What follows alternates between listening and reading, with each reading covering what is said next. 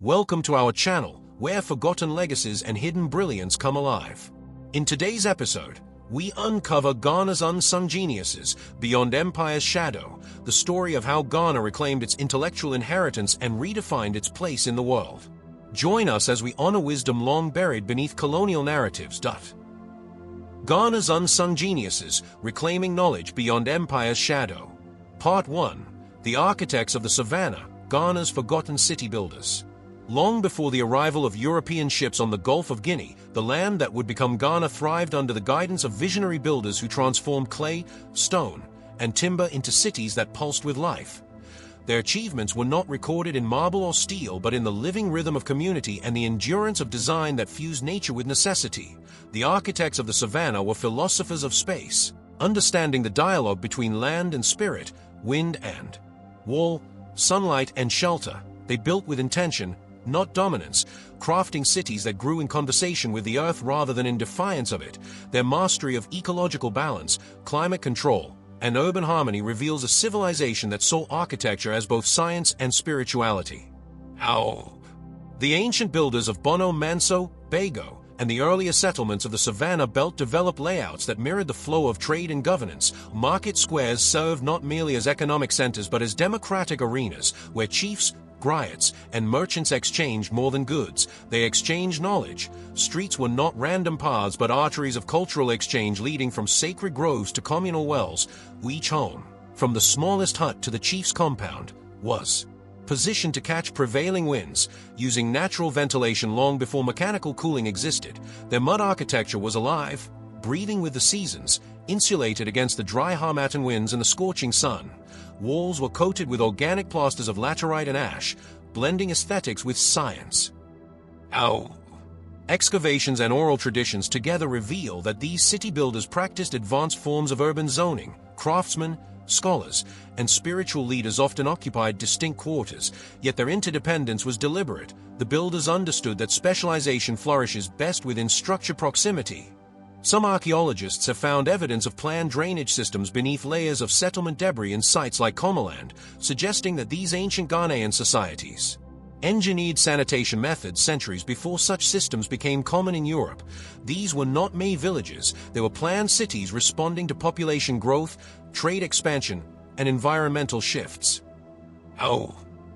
At the heart of these cities stood the spiritual cores, the sacred groves and temples built without idols but filled with symbolism. Their courtyards reflected cosmological geometry, aligning with the movement of the sun and stars. The positioning of homes relative to communal altars was more than aesthetic. It represented a sacred order that balanced human ambition with ancestral guidance. Architecture was moral philosophy expressed in mud and stone. The builders saw their work as a conversation between the living and the unseen. They knew that the form of a wall could guide the soul, just as the rhythm of a drum could direct the dancer. Trade was the oxygen of these urban centers, and the architects adapted designs to accommodate trans-Saharan caravans and coastal exchange networks. Rest houses known as zari dotted the city perimeters, providing shelter for travelers and storage for goods. These structures were strategically placed near city gates for inspection, taxation, and hospitality. Urban planning thus became a tool of diplomacy, allowing rulers to project both wealth and order. Market layouts were often circular, echoing the cosmological symbol of continuity, with goldsmiths and blacksmiths placed at opposite ends, a physical metaphor for the balance between creation and transformation. The influence of water shaped the identity of these builders more than any single material. Settlements rose near streams or underground aquifers, and the builders used shallow wells and clay channels to distribute water efficiently. The engineering behind these systems suggests collective governance over natural resources. Hydrological wisdom was passed through apprenticeship rather than writing, preserved in the oral odes of masons who saw themselves as stewards of both soil and society. Modern hydrologists studying ancient Ghanaian irrigation note that many of these principles prefigured sustainable water management models that environmental engineers now advocate. Thus, their work represents both environmental sensitivity and technical foresight. In terms of materials, these builders were alchemists of the earth. They mixed termite mounds, straw, and laterite into compounds that resisted erosion and retained temperature balance. Some structures, when unearthed, display pigment traces of ochre and charcoal, suggesting a rich tradition of mural art. These walls spoke stories, recording genealogies, victories, and spiritual allegories in visual codes.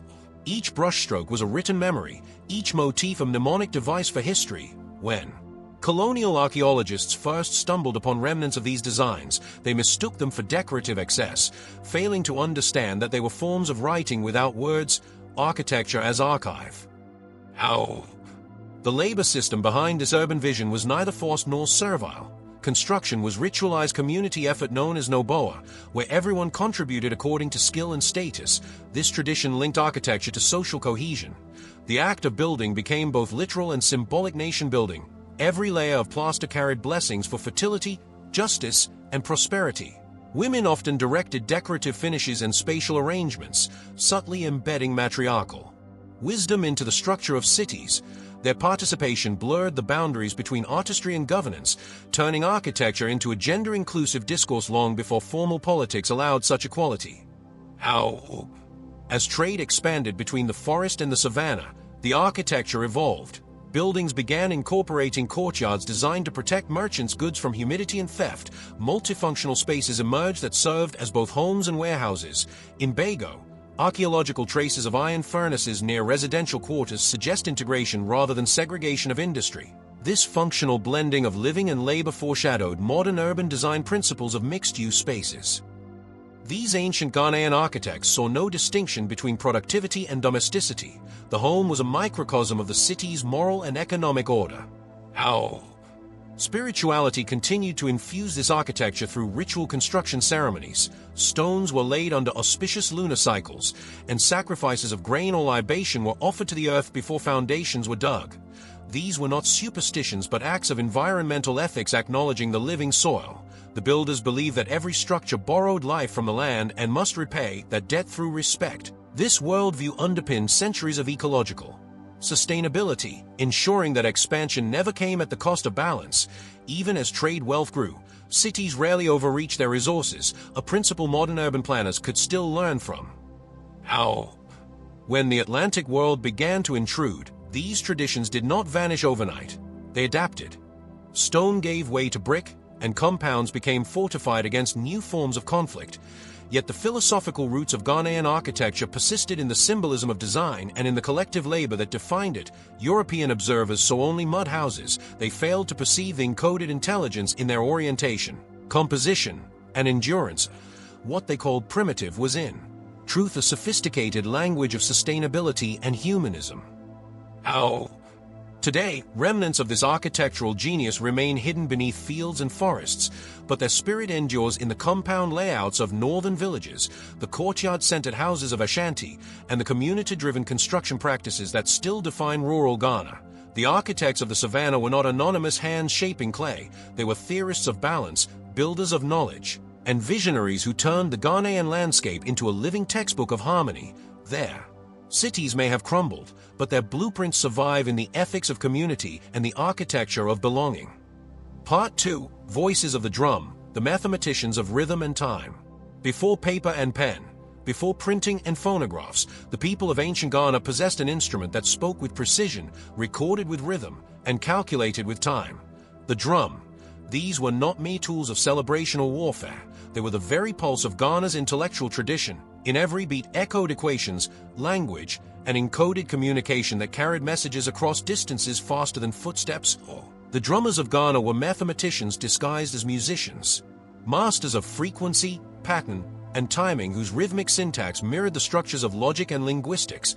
Their genius lay in the ability to transform sound into thought, to translate philosophy into percussion, and to unify community through cadence. The drum was not only heard, it was read. How?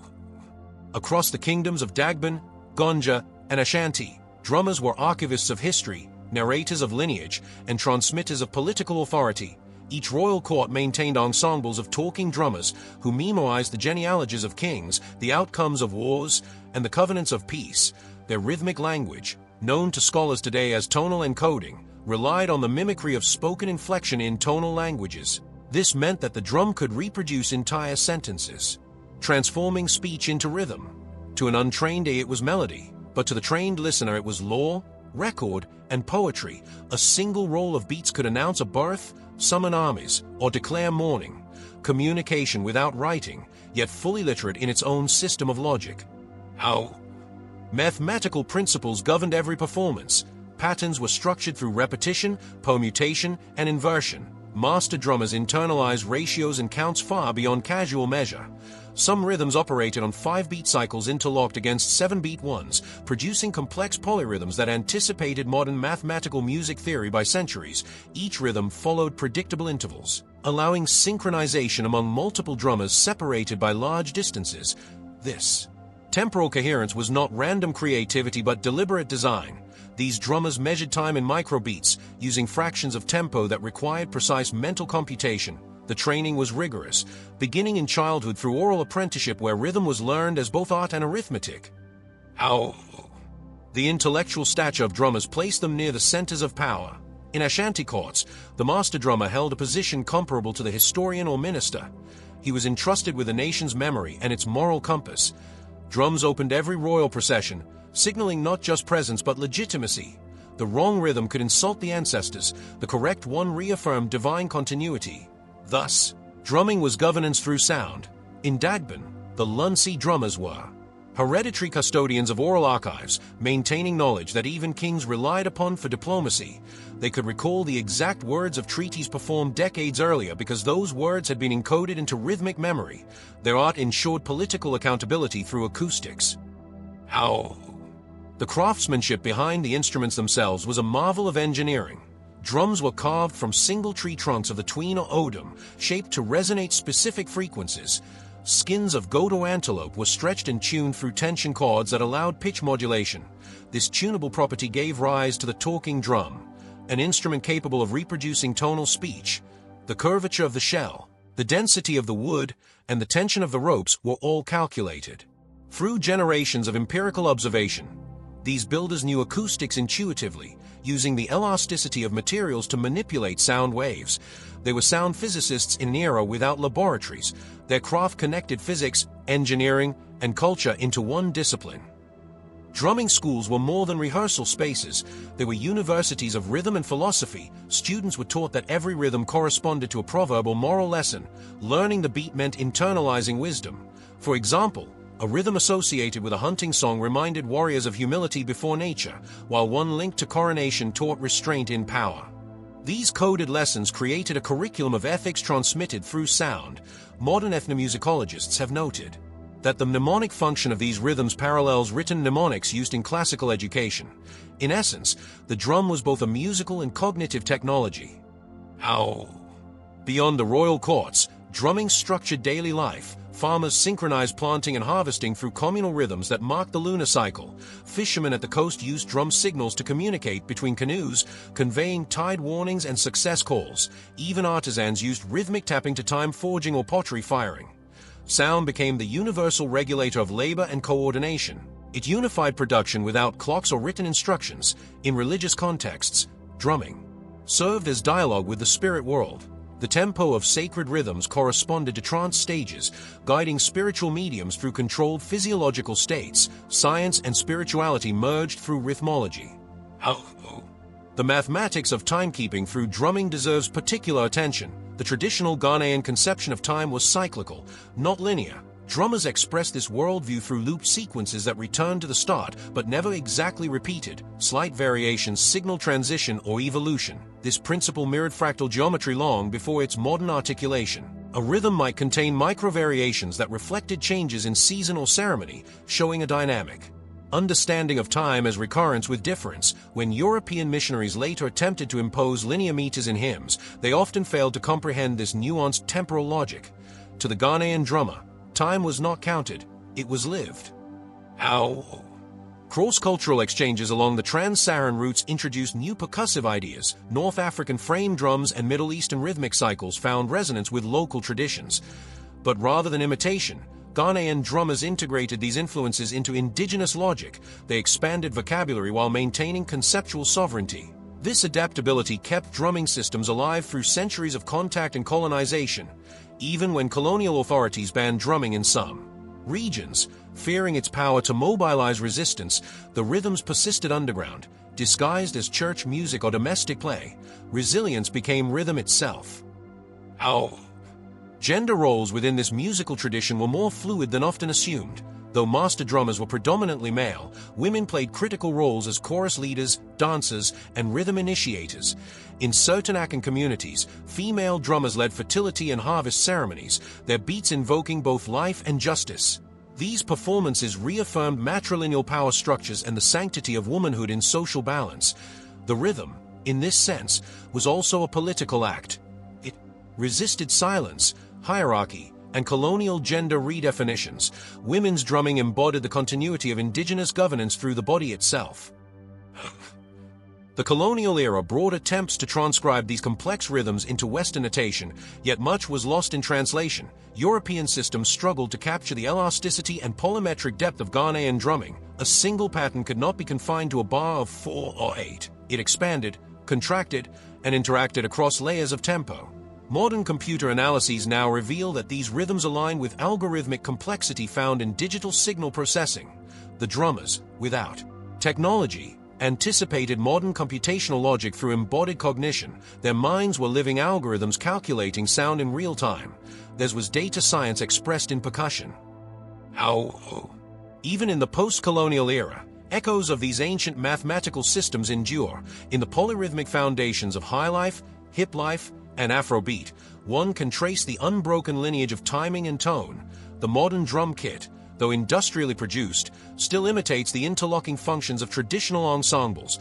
Ghana's musical diaspora carries forward this ancient logic of rhythm as memory. It teaches the world that sound is not chaos but coded knowledge. Every beat holds a message.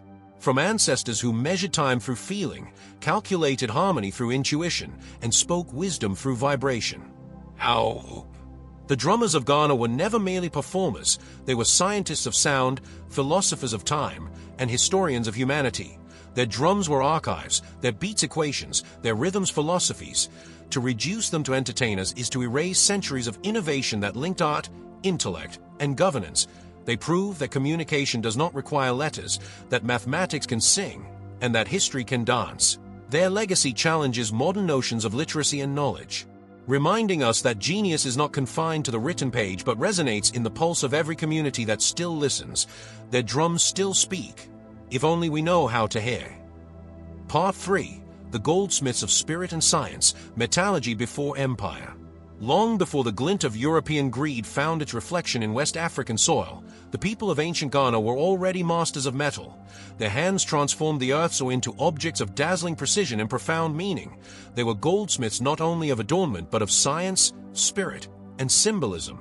In their furnaces, fire met philosophy, and craftsmanship became theology. These artisans, often anonymous to written history, were the unsung engineers of a civilization that understood chemistry without calling it by name. Their workshops, filled with heat and song, were laboratories of transformation where matter, morality, and metaphysics fused. They were priests of metallurgy, shaping gold not for vanity but for continuity between worlds. How? Gold, to the ancient Ghanaian craftsman, was not simply wealth. It was a living element. It breathed, aged, and radiated the life force of the sun. Its color symbolized purity and immortality, and working it demanded both technical skill and spiritual preparation. Smiths fasted, purified, and invoked ancestral protection before beginning the smelting process. They knew that to command fire was to command transformation. Their furnaces, often built into the sides of hills or in clay domes, used carefully controlled airflow through bellows of hide or reed. These mechanisms, seemingly simple, achieved precise temperatures that modern experiments estimate at over 1,100 degrees Celsius, enough to refine gold with astonishing accuracy. The artisan's control of oxygen flow and fuel mixture reveals a deep empirical understanding of combustion and reduction. How? Excavations across Bago, Bono Manso, and Asante Mampong have unearthed evidence of advanced metallurgical production dating back centuries before European arrival. Slag heaps, crucibles, and molds tell of a refined industry operating within a structured economic and ritual network. Gold dust was standardized by weight systems using seeds or cowries as units, showing an abstract numerical reasoning underlying trade. These were not primitive exchanges but regulated economies guided by scientific Calibration. Each mold carried geometric precision, whether for a bracelet, mask, or ceremonial staff. And behind that geometry was mathematical symmetry, a conscious pursuit of harmony that reflected their cosmological order. The goldsmith's craft was both solitary and sacred. Apprenticeship began young, often within familial lineages. The master taught not only the manipulation of material but the moral discipline of creation. Impatience, greed, or arrogance were seen as impurities that could taint the gold. Thus, craftsmanship was character formation.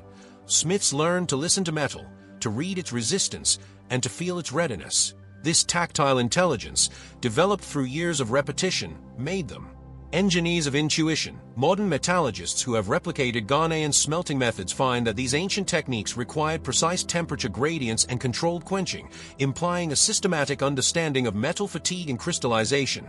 Such sophistication places these artisans among the world's earliest scientific innovators. Gold was not the only element in their repertoire. Iron, copper, and bronze were also shaped into tools, ornaments, and instruments of ceremony. Iron, extracted from lateritic soil, was considered the metal of transformation and associated with divine blacksmith deities such as Twenbo Eni. Ironworkers were both feared and revered. They created the weapons that defended the realm but also the tools that built it. Their forges, often situated on the city's edge, symbolized thresholds between nature and culture, life and death. The rhythmic hammering of iron was as much ritual as production, a sound that united community in both awe and gratitude. Among the Akan and Bono peoples, goldsmiths were spiritual mediators. They created regalia that embodied political theology. The golden stool of Asante, for example, was not mere ornamentation but metaphysical architecture. It was said to hold the collective soul of the nation. Such symbolism emerged from a worldview in which the artisan's work linked human destiny with cosmic order. Every piece of regalia followed strict symbolic codes: circular shapes for eternity, spiral motifs for growth, and intersecting lines for unity. The goldsmith, in this sense, was not an individual labor but a philosopher expressing governance through geometry. Scientific reasoning underpinned their artistry. Smiths understood alloying long before European metallurgical textbooks described it. Bronze casting involved adding measured proportions of copper and tin to achieve desired hardness and color. The lost wax casting method, practiced widely in Ghana, displayed technological sophistication of remarkable precision. Artisans sculpted wax models, coated them in clay, and fired them to create molds into which molten metal was poured. Each process required anticipation of shrinkage rates and thermal contraction. Without written records, these calculations were stored in oral formulae, rhythmic chants that encoded the physics of expansion and timing. Song became equation, rhythm became scientific notation. The relationship between goldsmithing and governance was intimate. Kings relied on artisans to create insignia of power that carried ancestral legitimacy. Weights, staffs, and crowns served as visible laws. Their symbolism communicated authority more effectively than decrees. Each ornament was a text, each pattern a proclamation. A royal bracelet could narrate conquests, while a pendant might remind leaders of justice's burden. Through art, governance acquired moral direction. Thus, metallurgists were silent legislators. Their work disciplined rulers as much as it glorified them. Trade amplified the reach of this science. Gold from Ghana's rivers traveled north across the Sahara to the markets of Tagaza, Tripoli, and Tunis. The artisan's reputation for purity was so respected that Wangara gold became a brand of excellence. In return, foreign traders brought salt, textiles, and new metallurgical techniques, which local smiths absorbed and adapted, rather than passive recipients. Ghanaian metallurgists were innovators who integrated new methods without surrendering cultural identity. They maintained spiritual purity amid material exchange. Theirs was global engagement through intellectual independence. The colonial encounter disrupted but did not destroy this tradition. European traders, obsessed with gold as a commodity, stripped it of its sacred dimension. They saw only wealth, not wisdom. Yet even under such extraction, Ghanaian artisans persisted in preserving the ritual integrity of their craft. They continued to make weights-bearing moral proverbs, reminding society that value is ethical before it is economic.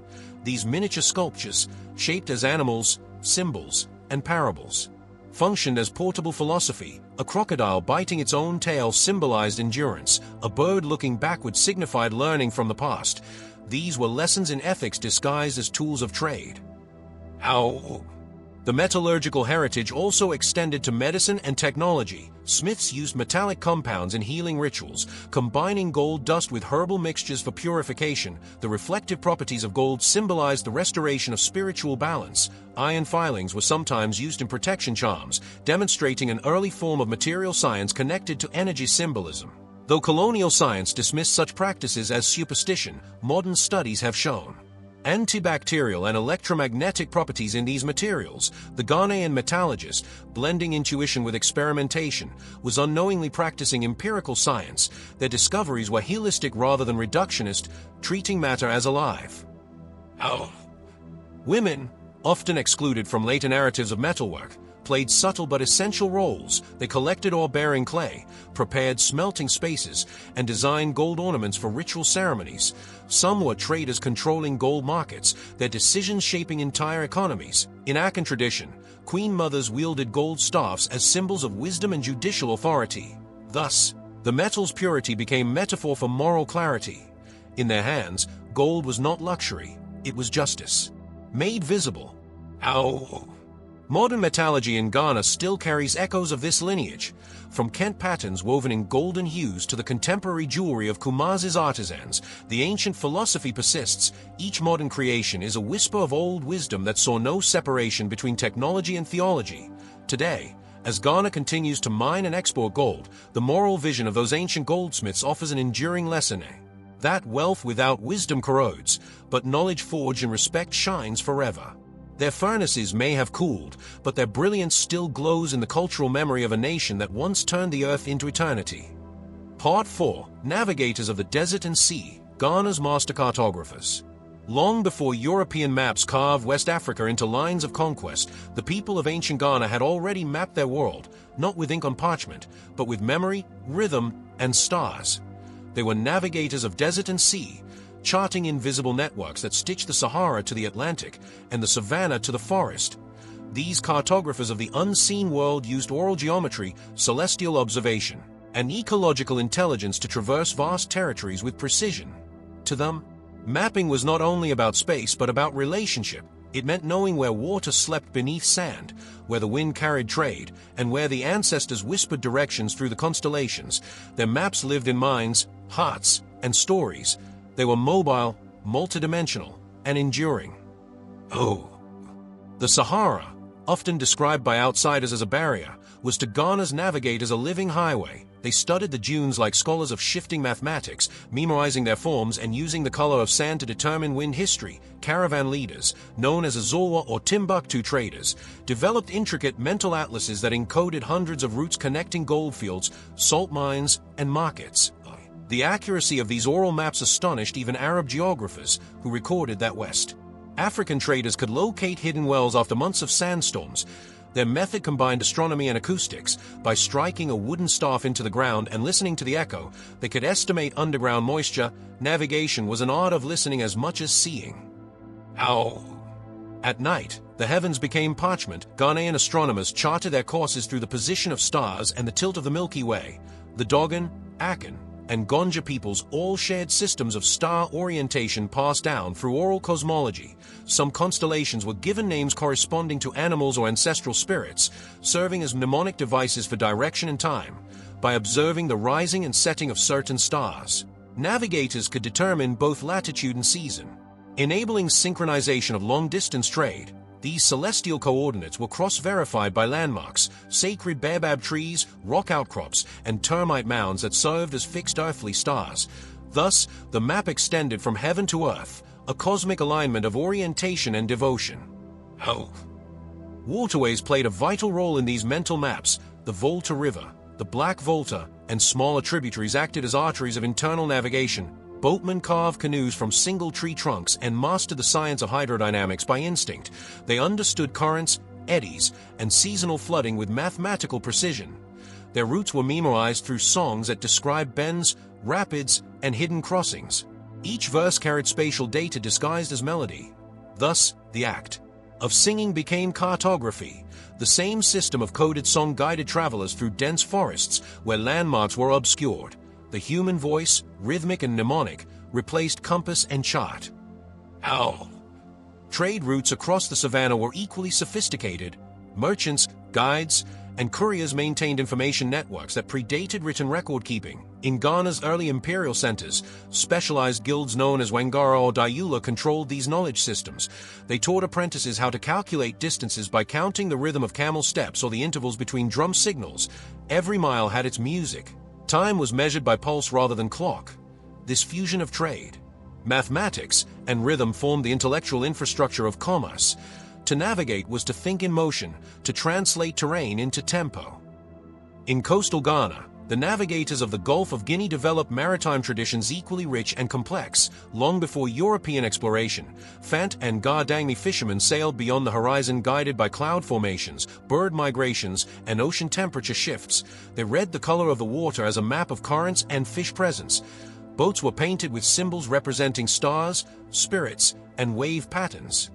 Each sign encoded navigational wisdom accumulated over centuries. They understood that the sea was a mirror of the sky. Navigation was a dialogue between two infinities. Their boats, though small, embodied aerodynamic and hydrodynamic principles that modern marine engineers still admire: curved prows, flexible hulls, and sail arrangements designed to harness crosswinds. Their science was empirical and evolutionary. Mapping was also political. The kings and traders of Ghana relied on navigators to maintain control over vast territories. A ruler who knew the roads owned the realm. Information about routes, water sources, and seasonal paths was guarded as state intelligence. Some navigators served as royal envoys, delivering coded messages across regions. They carried not written letters but memorized spatial instructions disguised as proverbs. To reveal a path was to reveal power. Thus, mapping became diplomacy. This secrecy also preserved autonomy. Even foreign traders had to depend on local guides who controlled access to knowledge. Cartography, therefore, was a form of sovereignty. Inland, environmental adaptation deepened this cartographic genius. When rivers shifted course or deserts expanded, navigators adjusted routes using ecological markers. They observed changes in vegetation, soil texture, and animal migration as indicators of new paths. Their understanding of terrain dynamics resembled early environmental science. Some oral traditions even preserve memories of climatic changes that predate written meteorological records. Through centuries of observation, they developed an environmental literacy that allowed trade and travel to continue uninterrupted. Their maps were not static, they evolved. They were self-correcting systems of knowledge. Colonial contact disrupted but did not erase these systems. European explorers who claimed to discover routes often relied on local navigators whose names were omitted from records. These Africans, fluent in multiple landscapes, served as translators of both geography and culture. They bridged the desert, the forest, and the sea. When colonial cartographers introduced paper maps, Ghanaian traders compared them with oral ones and sometimes found errors. The supposed superiority of printed cartography faltered before indigenous accuracy. The European map fixed boundaries. The Ghanaian map traced relationships. The difference was philosophical. One sought control, the other coherence. In modern times, fragments of this navigational intelligence survive in oral proverbs, songs, and rituals. A traveler crossing the savannah still pours libation to the ancestors of a road, acknowledging those who mapped paths with their feet. Many traditional dances reenact journeys of trade caravans, each step recalling distances once measured in rhythm. The Ga fishermen still study birds before launching boats, repeating ancestral gestures that function as both science and prayer. Though satellites now orbit the sky, their data often confirms what oral geographers long knew, that Ghana's navigators mapped the world through intimacy, not instruments. The artistry of these cartographers extended beyond movement to the imagination. They mapped moral geographies where places carried stories. Mountains became ancestors, rivers became teachers, forests became shrines. To move through the land was to read a living text. Knowledge of routes was inseparable from ethical duty. To misuse a path, to lie about distance, or to lead travelers astray was considered spiritual corruption. Truth, in this worldview, was a geographical virtue. Thus, mapping was both intellectual and moral. The integrity of a navigator defined the trust of a nation. Women contributed powerfully to this invisible cartography. In many communities, women were custodians of water routes and agricultural timing. They memorized planting calendars aligned with the lunar cycle and river flow. Midwives and healers used environmental mapping to locate herbs and sacred springs. Their spatial knowledge preserved health and survival. This gender geography often went unacknowledged in colonial ethnography, yet it formed the backbone of sustainable living. The female cartographer's wisdom was embedded not in maps but in rituals, songs, and seasonal rites. They kept the world aligned. Today, as digital mapping defines globalization, echoes of this ancient science reappear. Ghanaian technologists integrating geospatial data with oral heritage projects rediscover that old knowledge systems remain relevant. Village elders can still trace forgotten roots by memory alone, correcting satellite inaccuracies. Their oral coordinates preserve environmental data centuries old. Their wisdom suggests that technology without tradition is blind. The future of cartography, perhaps, lies not in replacing these ancient methods but in merging them. For the navigators of Ghana once proved that the truest map is drawn not on paper, but in consciousness. The legacy of Ghana's master cartographers stands as testimony to an intellect that conquered both desert and sea without empire, without compass, without script. Their maps carried not domination but direction, not control but communion. They walked the land as if reading scripture, hearing the whisper of roads, and seeing through sand. They knew that space was sacred, that travel was trust, and that the world, when mapped with care, reveals the genius of its people. Their paths still stretch. Beneath the soil, unseen but unforgotten, a golden grid of memory connecting past to present, horizon to home. Part 5. The Code of the Ancestors, Legal Systems Before the Crown. Long before colonial courts arrived with statutes and printed codes, Ghanaian societies governed themselves through sophisticated legal orders born from custom, cosmology, and communal deliberation. These were not ad hoc rules but coherent systems, the Code of the Ancestors, whose logic merged ethics, memory, and enforceable norms into a living jurisprudence that regulated land, marriage, trade, crime, and interstate relations with remarkable nuance and adaptability. Law was not an external imposition but an embedded practice validated by ritual, oath, and public consensus. Judgment was performed in public spaces where the authority of elders, linguists, and spiritual mediators made decisions both binding and sacred. The legitimacy of law came from collective recognition rather than from distant decree. Foundational to these systems was the primacy of lineage and land. In matrilineal Akampolities, for instance, land rights were held by the lineage and stewarded by chiefs on behalf of the clan, creating a legal architecture that prioritized stewardship over individual absolutism. Land could not be sold permanently to outsiders because it embodied ancestral continuity and social obligation. Property law therefore operated as social insurance. Access to land guaranteed livelihood and tied economic rights to duties of hospitality and reciprocity. Disputes over boundaries or cultivation were resolved through calibrated rituals, negotiated settlements, and the invocation of elders whose memory of past agreements served as precedent. This reliance on memory produced a jurisprudence where precedent was oral, not written, but no less authoritative. Contractual relations in pre-colonial Ghana blended custom with practical enforcement. Market transactions used weights, seals, and public witnesses to secure trust, while merchants relied on the reputational calculus embedded in the Golden Code. Trade law was enforceable because communities could sanction or exclude those who cheated, a social penalty often harsher than any material fine. For contracts crossing ethnic or regional lines, trusted intermediaries, Wangara merchants, caravan leaders, or royal envoys, played the role of guarantors, and their signatures were performed by oath, symbolic exchange, or the placing of talismans before witnesses. This performative guarantee converted commercial risk into enforceable social obligation.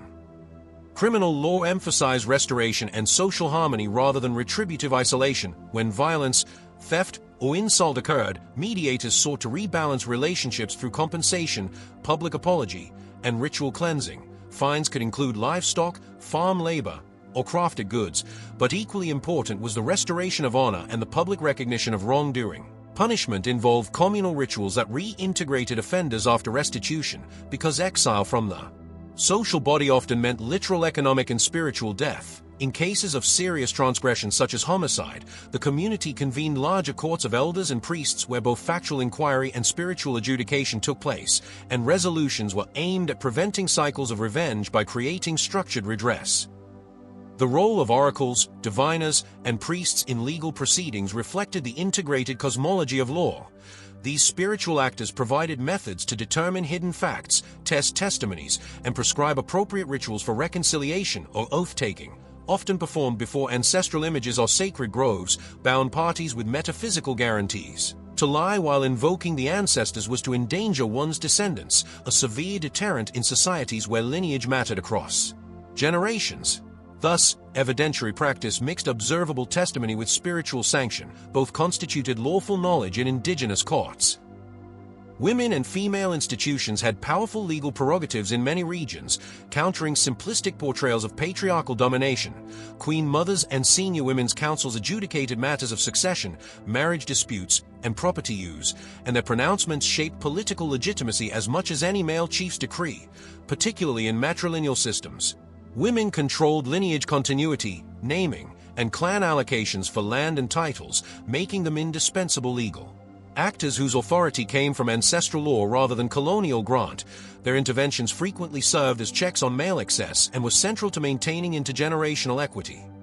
Legal pluralism was a hallmark of the pre-colonial landscape. Customary law, religious injunctions, merchant codes, and inter-ethnic treaties coexisted and interacted, allowing flexible resolution for complex social realities. For example, Muslim communities in northern Ghana integrated Sharia principles with local customs to regulate marriage, inheritance, and commercial disputes, producing hybrid legal forms that respected both faith and tradition.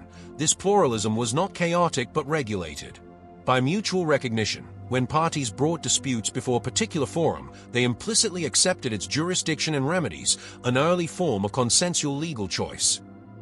Diplomacy and interstate law were likewise codified in ritual and instrument. Treaties between kingdoms used sworn oaths, exchange of marriage alliances, and sacred objects, staffs, calabashes, or gold weights, as tokens of commitment that guaranteed mutual obligations such as safe passage, tribute, or military alliance. The stool or throne often functioned as a legal person.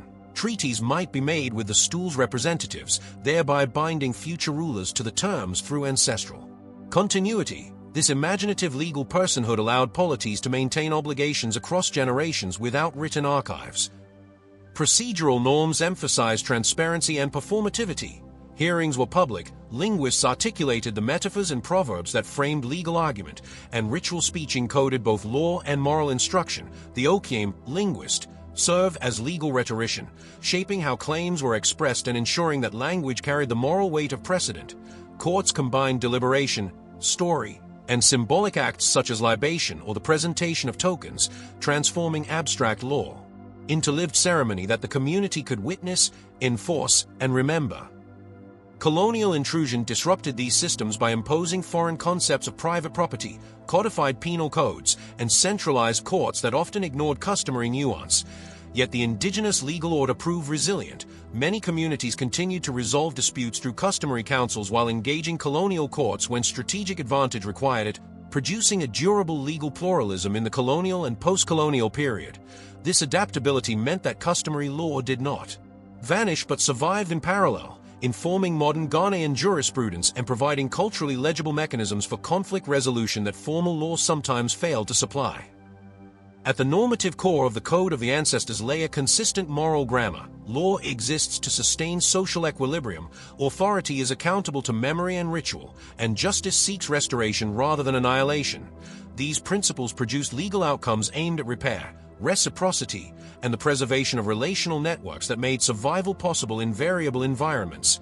They made governance participatory, embedding legal power in communities rather than concentrating it solely in rulers. And because law was oral, embodied, and ritualized, it remained accessible to ordinary people who could invoke precedent through proverbs, witnesses, and public performance. Understanding this legal heritage reframes modern debates about law, development, and justice in Ghana. It shows that legal modernity need not mean the elimination of customary forms but rather their integration and respect. Many contemporary restorative justice models find antecedents in these ancestral codes, and initiatives in land reform, dispute mediation, and community justice draw upon practices that sustained harmony for centuries.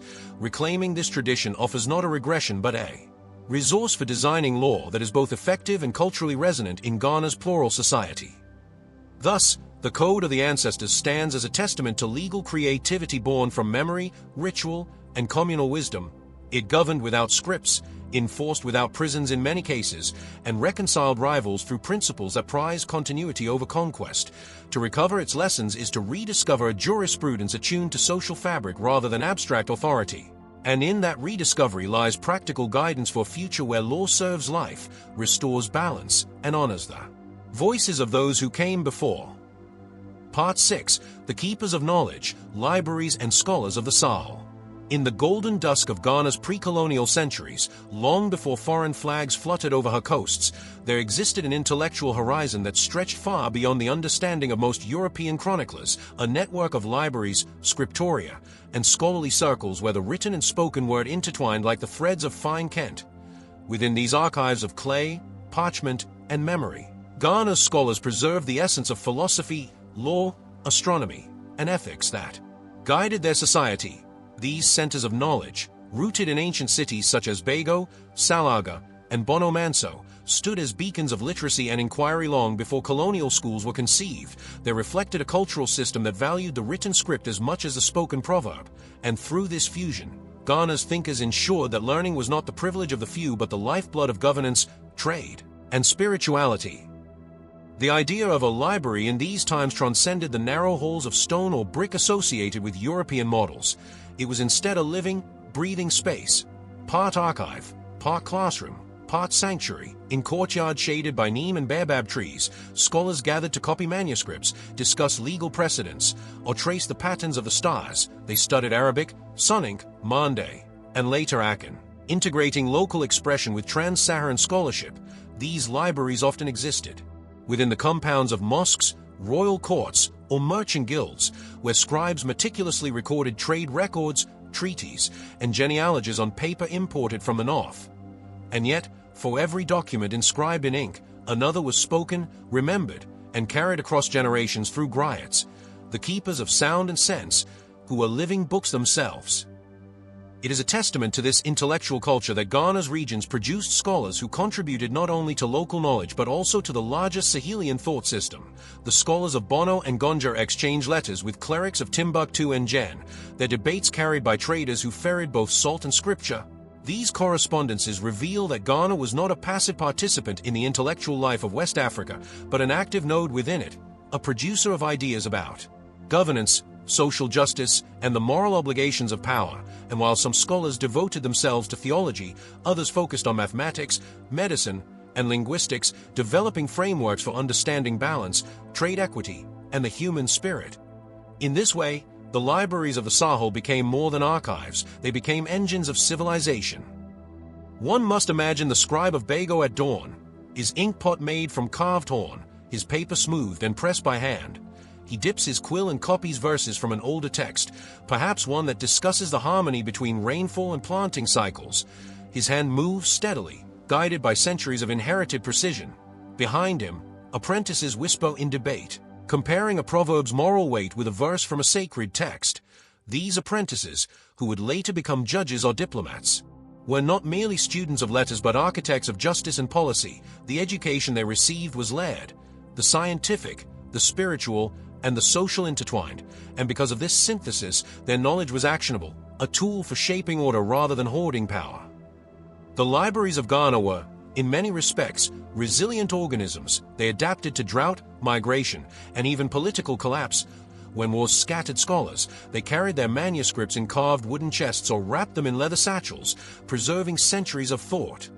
Some texts found refuge in mosques, others were hidden within family compounds, read only during special gatherings. This quiet defiance ensured that no empire, no invasion, no passing storm could erase the continuity of thought. And though many manuscripts were later lost to decay or colonial confiscation, their influence lingered in oral literature and communal jurisprudence. Ideas once written became embedded in stories, customs, and moral codes. Thus, even when paper burned, memory endured. One of the most striking features of these intellectual networks was their openness. Knowledge was not monopolized by a single gender or class. In several towns, women acted as record keepers, teachers, and interpreters, they trained children to read and recite, preserved domestic archives of family lore and inheritance, and ensured that wisdom remained inclusive. Their voices, though largely absent from surviving texts, resonate in the continuity of Ghana's storytelling and in the matrilineal principles of inheritance that shape society. In this sense, literacy in Ghana was not simply about symbols on a page, but about the right to participate in dialogue. The colonial encounter would later reduce this centuries-old system to a footnote. European administrators portrayed Africa as a continent without written tradition. They ignored the manuscripts stored in desert libraries, the leather-bound chronicles that tracked dynasties and trade. To justify the establishment of colonial schools, they claimed to bring literacy to a people already literate in their own way. Yet, beneath this imposed narrative, Ghana's intellectual foundations persisted, even as new alphabets and curricula arrived.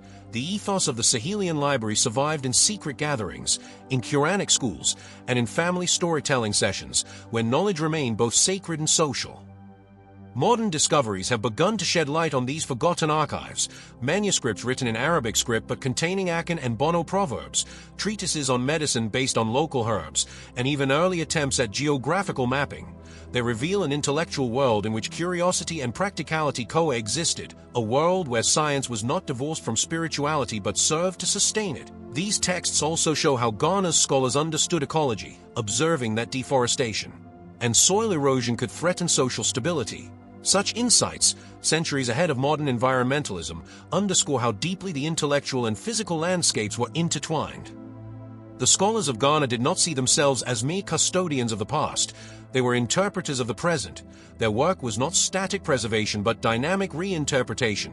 As trade routes shifted and empires rose and fell, their texts evolved, annotations were added, margins filled with new commentaries, debates continued across generations. This living tradition made the library a conversation rather than a monument, and it is perhaps this quality that allowed Ghana's intellectual heritage to survive fragmentation, for when books are treated as dialogues rather than relics, their spirit can never truly be silenced. Thus, to speak of Ghana's libraries and scholars is to speak of an invisible architecture, a system that bound together ink, voice, and memory. Its legacy lies not in grand ruins but in the survival of a worldview that prizes learning as a collective endeavor. Today, as modern Ghana rebuilds its educational and cultural institutions, echoes of that ancient scholarship remain. In the moral language of law, in the communal approach to justice, in the resilience of oral tradition, the keepers of knowledge did not simply write history, they designed the framework through which a nation could remember itself. And though time and conquest have scattered their pages, the idea of knowledge as a shared inheritance continues to define Ghana's identity. Part 7. Women of Power and Wisdom, the Matriarchs Who Shape Policy. In the deep heart of Ghana's ancestral kingdoms, long before colonial reports attempted to define authority in masculine terms, power moved quietly, but decisively, through the hands of women. Their influence, though rarely written into the chronicles of empire, governed the balance between war and peace, wealth and welfare, life and legacy. These women, matriarchs and mediators alike, were not confined to the domestic sphere but stood as architects of law, commerce, and spiritual order. They were the unacknowledged ministers of reason in courts and councils, the silent lawmakers in markets, and the custodians of collective memory. Their power was never ornamental. It was structural, philosophical, and generational. Across the Akan states, among the Ga, the Dagomba, and the Yu, the role of women was embedded in the foundation of governance. Matrilineal inheritance systems placed lineage and legitimacy in the mother's line, ensuring that kings ruled not as absolute lords but as stewards of maternal trust. The Queen Mother, or Ohema, was no mere royal relative. She was co-ruler, advisor, and the moral compass of the state. In her words resided both wisdom and warning. When rulers faltered, she could counsel, restrain, or even depose them. Her authority stemmed not from gendered privilege but from ancestral balance. For in Ghanaian thought, harmony required dual leadership, male for force, female for foresight. This equilibrium was visible in the way councils operated. No major decision, be it the declaration of war, the negotiation of alliances, or the distribution of land, could proceed without the consent of the female voice. The Queen Mother's presence signaled legitimacy, and beyond the palace, women's guilds governed trade, ensuring that justice and ethics guided exchange. These were the Makola and Abrempan women, market queens who controlled the rhythms of supply, price, and negotiation. They upheld economic integrity and settled disputes, acting as community arbiters long before colonial courts claimed that role. Their word carried the weight of custom, and their judgment, though delivered in the open market, was law in every sense.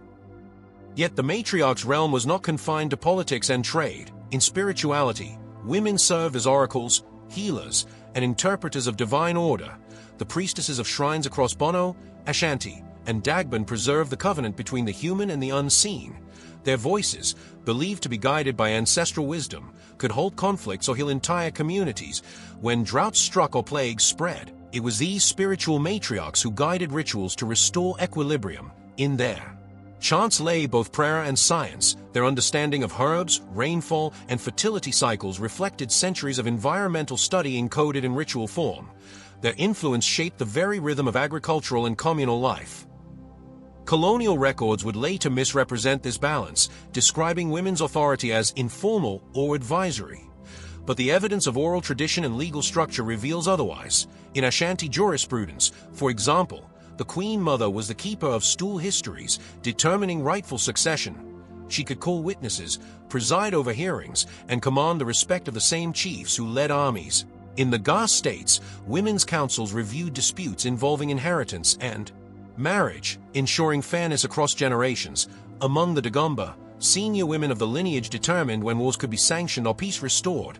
In each system, the matriarch acted as a voice of ethical restraint against impulsive power. Beyond governance, women were also custodians of communication. Their songs and dirges were not mere expressions of grief or joy but instruments of social critique. A queen mother's lament could carry political warning. A market woman's chant could mock injustice. A weaver's design could record the story of rebellion. These creative forms served as subtle mediums of resistance when open opposition was dangerous. Women encoded dissent in rhythm and symbol. Thus, they shaped public opinion. Without armies or decrees, their influence was invisible to colonial administrators who mistook poetry for ornament, but to the people it was the pulse of conscience. The wisdom of Ghana's women extended into diplomacy as well. During interstate disputes, they acted as emissaries, negotiating truces when male pride threatened catastrophe. In one notable account preserved in oral chronicles, a Bono queen intervened between warring Akan states, offering her body as the line of peace. Her gesture forced both sides to reconsider vengeance. The idea that women could embody reconciliation was not weakness but the ultimate expression of leadership. To protect life was the highest duty of power. In this sense, matriarchal authority in Ghana anticipated principles of modern restorative justice, balancing law with empathy, discipline with renewal. Education, too, was often in women's hands. Before formal schooling, mothers, grandmothers, and aunts served as the first tutors of history, language, and morality. They taught children not only how to count or cultivate, but how to interpret proverbs, resolve conflict, and honor ancestry. Their pedagogies were oral, performative, and deeply interactive. Through riddles, songs, and parables, they transmitted civic philosophy, and because they educated in community spaces rather than in isolation, learning became a shared ritual. In essence, the foundations of Ghana's civic literacy were laid by women long before the classroom replaced the courtyard. Even in the face of conquest and colonial restructuring, women adapted rather than disappeared. They became mediators between old systems and new institutions. Market queens organized protests against unfair taxation. Queen mothers invoked ancestral authority to preserve land rights. Priestesses safeguarded cultural memory through coded festivals, while colonial governments often dismissed them as relics of native custom. These women redefined their roles, becoming both protectors of tradition and agents of modernity. Their resilience ensured that the Ghanaian sense of moral leadership, collective welfare, and gender balance endured through upheaval. The story of Ghana's women of wisdom is, therefore, not one of marginality but of centrality. They were the moral architects of power, the invisible drafters of law, and the interpreters of destiny. Their influence, though quiet, shaped the ethical infrastructure of a nation, and in their legacy lies a profound truth, that Ghana's strength was never built upon domination but upon dialogue between genders, generations, and gods. This dual vision of power made the society dynamic, adaptable, and deeply humane. It allowed Ghana to endure the storms of empire and emerge with its sense of balance intact. Today, as the country re-examines its past through decolonized lenses, these matriarchs must finally be recognized not as supporting figures but as co-authors of Ghana's genius, for without their guidance, even the mightiest throne would have stood upon sand. Part 8. The Engineers of Water, Ancient Irrigation and Urban Planning. Long before colonial engineers surveyed Ghana's lands with imported tools and foreign maps, the people of the savanna and forest zones had already mastered the intricate art of water management. Their understanding of terrain, rainfall, and seasonal flow transformed challenging landscapes into productive ecosystems. These ancient engineers were neither anonymous laborers nor lucky farmers but scientists of soil and sky. They studied the patterns of rivers, the rhythms of the wind, and the logic of clay. And from that knowledge, they constructed canals, reservoirs, and terraced fields that sustained vast populations. Their cities were not accidents of geography but deliberate designs in dialogue with nature. In the upper reaches of what is now northern Ghana, communities along the Volta Basin built a civilization that thrived on hydraulic intelligence. Their settlements were oriented around the flow of tributaries, ensuring access to irrigation even during the dry months. Stone-lined channels diverted streams into holding ponds, while clay embankments preserved moisture for weeks after the rains. This careful water choreography allowed them to cultivate millet, sorghum, and vegetables year-round. But beyond mere agriculture, water served a civic function. Ponds doubled as public gathering spaces, wells as spiritual centers, and the flow of water itself was linked to moral law. Clean water meant communal balance. Pollution of streams was a social offense. Thus, engineering was tied to ethics. In the forest zones further south, urban planning merged hydrology with architecture. The ancient towns of Bono Manso, Bago, and Tekamon reveal layouts that followed the logic of streams and floodplains. Streets were aligned to ensure drainage, compounds were built on raised ground, and waste systems funneled runoff into designated soakaways far from dwellings. Archaeological studies have uncovered remnants of stone conduits and filtration pits that predate colonial sanitation projects by centuries. These innovations reflect a deep empirical understanding of the land, and more importantly, they show that Ghana's early urbanism was guided not by hierarchy but by habitability. The city was an organism that had to breathe, drink, and renew itself. The ingenuity of these engineers was rooted in observation. They read the earth as a living manuscript. When the Harmattan winds shifted or the rains delayed, they adjusted irrigation angles, expanded trenches, or redirected overflow channels. In the savanna, communal labor groups maintained these systems seasonally, treating engineering as both duty and ritual. Every digging of a canal was preceded by offerings to river deities, acknowledging that human design could not exist without spiritual respect.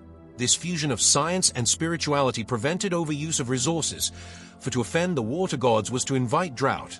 The result was sustainability, long before the term became fashionable. Salt extraction and inland fisheries also reflected this hydraulic intelligence. In regions like Daboya and the inland lagoons of the Volta estuary, water was evaporated in clay pans, producing salt for trade and preservation. The process required controlled exposure to sunlight and precise regulation of brine concentration, a feat of chemical balance achieved through generational experimentation. Meanwhile, communities along the Dhaka and Oti rivers developed techniques for temporary dams that could trap fish during seasonal recessions. These dams were dismantled after use to avoid ecological disruption, a cyclical model of consumption and restoration.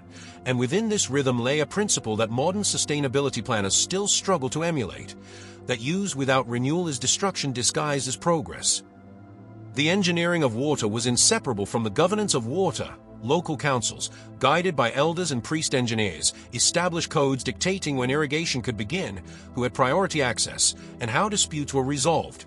These codes were recorded orally but enforced rigorously. Offenders who diverted communal water illegally faced fines in livestock or grain. And more than punishment, they faced public shame, for to deprive one's neighbor of water was to offend both earth and ancestor. Through such governance, technology became a moral enterprise. The infrastructure of irrigation reflected not only mastery of nature but also mastery of self. In the great market towns that emerged from these fertile systems, water planning extended into civic architecture. Cisterns beneath courtyards collected rainwater for domestic use. Public baths were common features near sacred groves, and aquifers were protected through ritual prohibitions on waste disposal. The idea that cleanliness was next to divinity was not a metaphor. It was policy. When colonial records later described African towns as unsanitary, they ignored centuries of indigenous urban planning that had balanced hygiene, beauty, and sustainability. These cities were not random clusters of huts but structured communities that respected topography, airflow, and resource cycles. One of the most remarkable legacies of Ghana's hydraulic tradition lies in its adaptability. As climates shifted and populations migrated, the principles of water engineering traveled with them. Migrants from the savanna carried irrigation techniques southward. Forest communities refined drainage models to manage heavier rainfall. Knowledge was portable, encoded not in blueprints but in memory and practice. And because of this, when drought or flood threatened, Ghanaian societies responded not with panic but with design. To engineer was not a profession but a communal instinct. Colonial authorities, upon arrival, often misinterpreted these systems. Seeing the ponds, terraces, and channels as primitive, they dismantled communal irrigation in favor of centralized control. Yet, within decades, the colonial schemes collapsed under environmental and social strain, without local knowledge of soil behavior, flood rhythms, and community maintenance cycles. Imported engineering proved brittle. It was then, ironically, that the wisdom of indigenous systems began to be rediscovered. In the late 20th century, researchers studying pre-colonial water practices found that the same methods dismissed as folk were in fact models of climate adaptation, proving that Ghana's ancient engineers were not relics of the past but pioneers of the future. Their planning extended beyond utility into aesthetics. Water gardens surrounded by earthen walls created microclimates that cooled homes. Reflective ponds amplified sunlight into dark courtyards. Channels were lined with flowering shrubs to stabilize banks. Beauty was a form of function, and this synthesis of form and purpose reveals a civilization that never divided art from engineering, a philosophy where the practical and the poetic coexisted. Today, as Ghana's cities struggle with flooding and overdevelopment, echoes of these ancient designs resurface in sustainable architecture movements that call for harmony rather than conquest of the environment.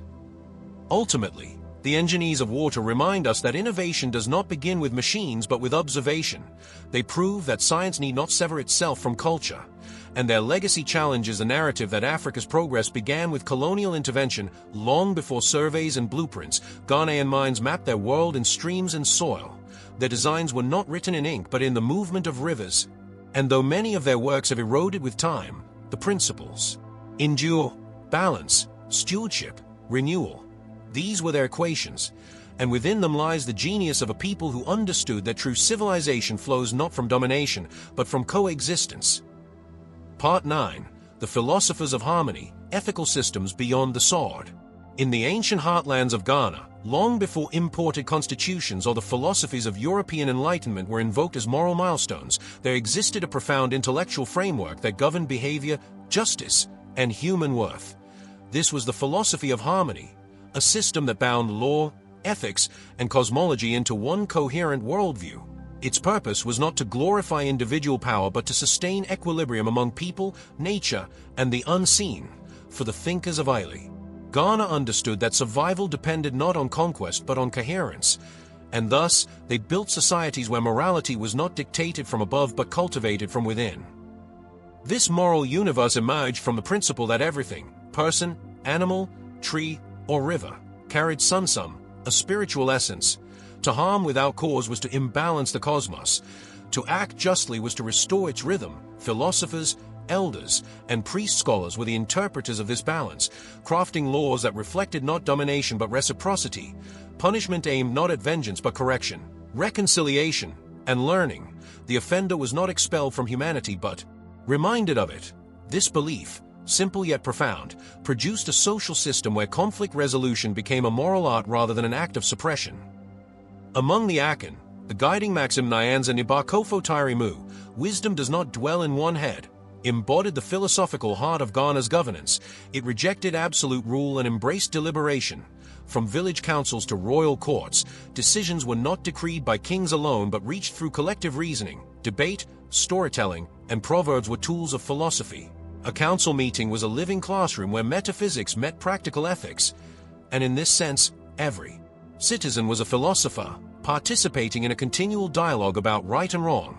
The process mattered as much as the outcome, because truth was believed to reveal itself through the friction of voices, not the silence of obedience. The thinkers of Ghana drew their moral compass not from abstract logic but from the patterns of the natural world, the circular migration of birds, the seasonal breathing of rivers, the rhythm of rain and drought. These cycles became ethical metaphors. Excess was condemned because it disrupted flow. Greed was forbidden because it clogged the cycle of exchange. Even kings were reminded through ritual that their power was temporary, subject to the same laws that governed harvest and flood. It was this humility before nature that prevented tyranny. Authority was sacred only when exercised in harmony, and when it strayed, the cosmos itself was believed to resist. In the moral teachings of the Ga and Yu, harmony was expressed through the concept of Amsitsi, the balanced human, an ideal that united reason, compassion, and restraint. To be balanced was not to be neutral but to act with awareness. The elders taught that an angry man could not judge, a hungry man could not rule, and a proud man could not see. Wisdom therefore required control over impulse. These were not mere proverbs. They were foundations of governance, because leadership was viewed as a moral science. Chiefs and judges were expected to be embodiments of moderation. Those who failed to maintain inner harmony risked spiritual unfitness, and communities could depose them without war. Thus, Ghana's early states developed a form of moral accountability long before modern democracy coined the term. The education of moral philosophy began at home. Through stories told at dusk beneath trees and by firesides, tales of tricksters like Anansi were not simply entertainment but allegories of intellect, deceit, and justice. Each narrative challenged listeners to discern moral nuance. The spider's cunning often led to folly, his greed to isolation. Through such parables, children learned ethics not by rule but by reflection. Storytelling became Ghana's Socratic dialogue, a communal exercise in self-examination. And this oral education created societies where critical thinking was a shared habit rather than a scholarly luxury. Ghana's philosophers also grappled with existential questions. What is the soul? What binds the living and the dead? What is justice after death? Their answers were not speculative but ritual. Ancestors were seen not as ghosts but as the living conscience of society. Their blessings or withdrawal shaped moral behavior. To lie, steal, or exploit was not only a social crime but a cosmic disturbance. Justice, therefore, extended beyond the human sphere. It was accountability to time itself, and because of this belief, morality in Ghana was inseparable from memory. To forget the past was to lose moral direction. The relationship between ethics and power found its purest form in the stool system. When a ruler ascended, he sat not merely on a symbol of governance but on the memory of his people. The stool was said to contain the souls of the ancestors. Every decision made upon it was therefore a conversation with the dead. This ritual reminded rulers that their authority was not absolute but conditional. Each act of injustice desecrated the stool, endangering the entire kingdom. Such metaphysical governance created a deep sense of moral restraint, because to rule was to carry the weight of eternity, and this sacred accountability prevented many leaders from succumbing to corruption or cruelty. Conflict resolution, too, reflected philosophical depth. When disputes arose, mediators did not impose solutions, they facilitated moral rediscovery. A common saying held that peace is not found, it is remembered. Because truth, they believed, already existed within the participants, it merely needed to be uncovered. Thus, reconciliation rituals focused on restoring truth, not proving superiority. The wrongdoer confessed not from fear but from recognition, and this approach, grounded in dialogue and empathy, made justice an act of healing, centuries before the concept of restorative justice became a modern ideal. Colonial observers, misunderstanding this moral sophistication, dismissed it as superstition. They failed to see that Ghana's philosophies were as rigorous as those of Greece or China. Their logic was embedded in proverbs, rituals, and governance systems rather than written treatises. But wisdom does not depend on script. The absence of parchment does not mean the absence of thought. Indeed, Ghana's oral ethicists cultivated a moral vocabulary that remains relevant in the modern age. Their teachings on harmony, accountability, and restraint speak to global crises of greed and environmental neglect, reminding us that ethical civilization begins not in laws but in consciousness. In today's Ghana, remnants of these ancient moral systems persist, in chieftaincy ceremonies that emphasize service over authority, in dispute resolution that privileges reconciliation, and in communal labor practices like Noboa, where cooperation outweighs competition. These customs are not relics of the past but living philosophies, expressions of a worldview where humanity, nature, and divinity remain inseparable. To study them is to rediscover a moral science far older than modernity, one that sees harmony not as submission but as strength, and justice not as punishment but as restoration. Thus, the philosophers of harmony stand as some of Ghana's most profound yet overlooked geniuses. They built no monuments, raised no armies, and left no written doctrines, but they shaped civilizations through conscience. Their legacy endures in the rhythm of daily life, in the quiet fairness of elders, in the patience of dialogue. They remind us that the greatest measure of wisdom is not control, but balance. And in that balance lies the true architecture of Ghana's genius, a philosophy that has weathered centuries of change because it was rooted not in conquest, but in compassion. Part 10. The Golden Code, Ghana's Economy of Trust and Trade. Long before the rise of industrial economies or digital finance, Ghana's wealth was not built solely on gold, but on trust, a system of moral commerce that sustained empires, connected continents, and defined dignity through exchange. This was the Golden Code, a philosophy of trade where value was not measured only by weight, but by honesty. And it turned Ghana into one of the most respected trading civilizations in the pre-colonial world. From the savannas of the north to the coastal forests of the south, traders moved not merely as merchants but as diplomats of ethics. Their caravans carried gold, salt, cola nuts, and wisdom. And behind every transaction lay a silent moral law. Wealth must never destroy integrity, for profit without virtue was considered cursed. It was said that gold gleamed brighter in the hands of the just. This belief transformed markets into arenas of trust, where word given was as binding as a written contract, and even strangers could trade safely across vast distances, because reputation, once earned, was currency. In the era of the ancient Ghana Empire, often associated with Ouagadougou, this moral economy flourished across the Sahel. The rulers of Kumbi Saleh established trade routes that linked the Mediterranean with sub-Saharan Africa. Yet their success was not enforced by armies, but secured by credibility. Arab historians wrote in awe of how Ghana's gold markets required no overseers. Goods were exchanged through a method called silent trade, a ritual of mutual respect. Foreign traders would lay their items beside the river, beat a drum, and step back. Local traders would arrive, inspect, leave their gold dust beside the goods, and depart. If both sides were satisfied, the deal was sealed. If not, the process continued until fairness was achieved. Not a word spoken, not a sword drawn. Commerce without coercion. This system rested on a profound philosophical assumption that the unseen world witnessed every act. The ancestors observed trade just as they judged behavior. To cheat in business was to invite spiritual disfavor. Prosperity was not hoarded but circulated. Generosity was an investment in divine goodwill.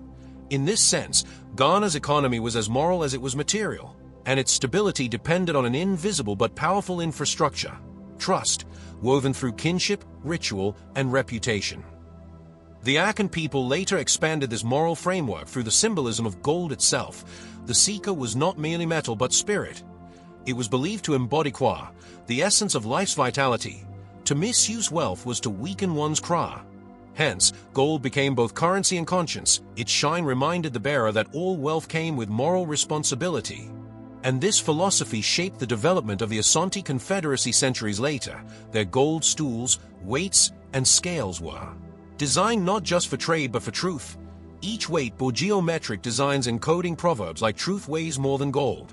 Commerce thus became a daily lesson in ethics, every measure meditation on justice.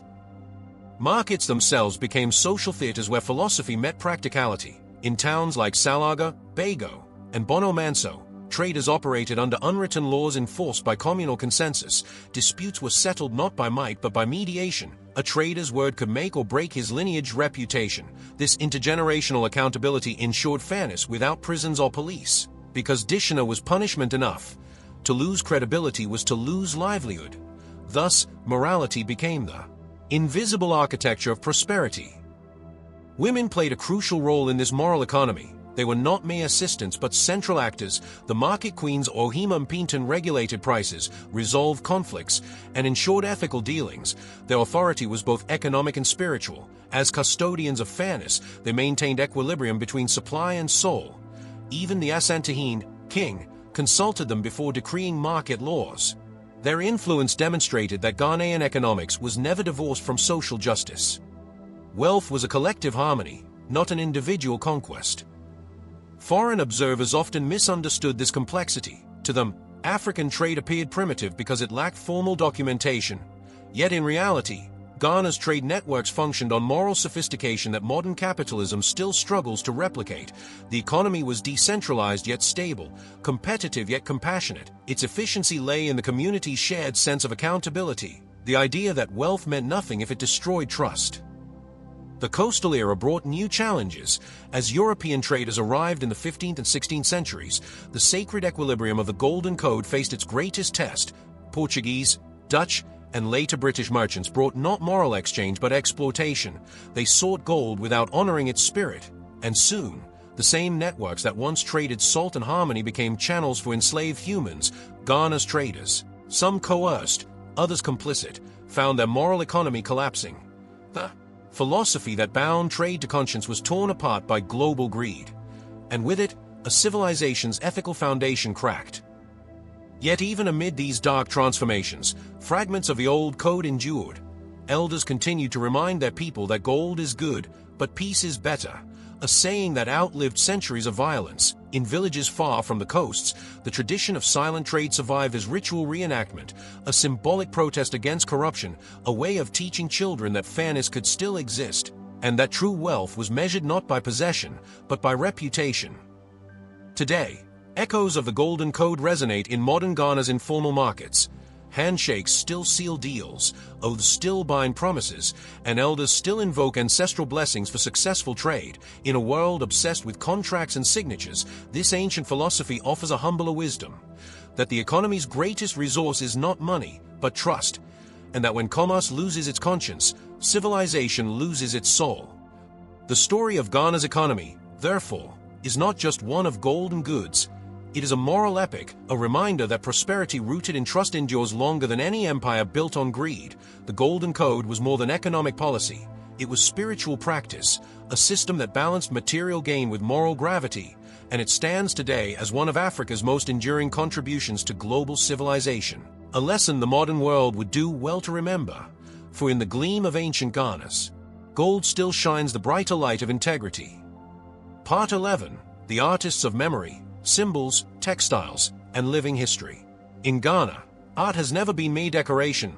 It has always been a form of thinking, a visual philosophy that carried memory, authority, and identity through color, texture, and symbol. In every woven pattern, carved stool, and painted calabash, there lived a coded language of history. And those who mastered it were not simply artisans, but philosophers in cloth, sculptors of truth, and custodians of collective wisdom. They were the artists of memory. Centuries before colonial contact, the Akan, Yu, Ga, and northern peoples developed intricate systems of symbolism that encoded complex moral and historical messages. These were not just aesthetic traditions but intellectual frameworks, where each design carried a layered significance understood only by those initiated into its meaning. A drum, for instance, was not only a musical instrument but a voice of authority. The Atumpan, talking drum, could recite proverbs, announce royal decrees, or even warn of danger, and the artisans who carved and tuned them were trained in both linguistics and spirituality. Their creations transmitted history without the need for written text, a sophisticated oral-visual symbiosis that preserved knowledge for generations. Perhaps the most emblematic expression of this art of memory is adinkra, a system of ideographic symbols that predate colonial literacy. Each adinkra mark, whether stamped on cloth or cast into metal, represents a moral truth, a proverb, or cosmic principle. Jai Nyame, except for God, speaks of divine omnipotence. Sankofa, return and get it, teaches the wisdom of learning from the past. Dweneman, ram's horns, reminds leaders that strength must be tempered with humility. These symbols were, and remain, living libraries, tools through which history, ethics, and philosophy could be communicated across time. And their inventors were intellectuals of extraordinary sophistication, developing semiotic systems that rivaled hieroglyphics and alphabets in conceptual depth. The craft of adinkra emerged in the Bono and Asante regions, where skilled printers used carved calabash stamps and natural dyes from the Bedi tree to create deep russet patterns on hand-woven cloth. These were worn during ceremonies of transition, funerals, enthronements, and festivals, not as fashion but as philosophy made visible. Every garment told a story, every motif a moral. And the weaver or dyer was both artist and historian, encoding personal and communal identity into the very fabric of life. To wear dinkra was to carry history upon one's skin. Parallel to this tradition grew the brilliance of Kent, the luminous cloth of kings and scholars, woven in narrow strips and sewn together. Kent patterns spoke in color and rhythm. Each hue symbolized an idea: gold for royalty and wealth, blue for peace, green for growth, black for spiritual strength.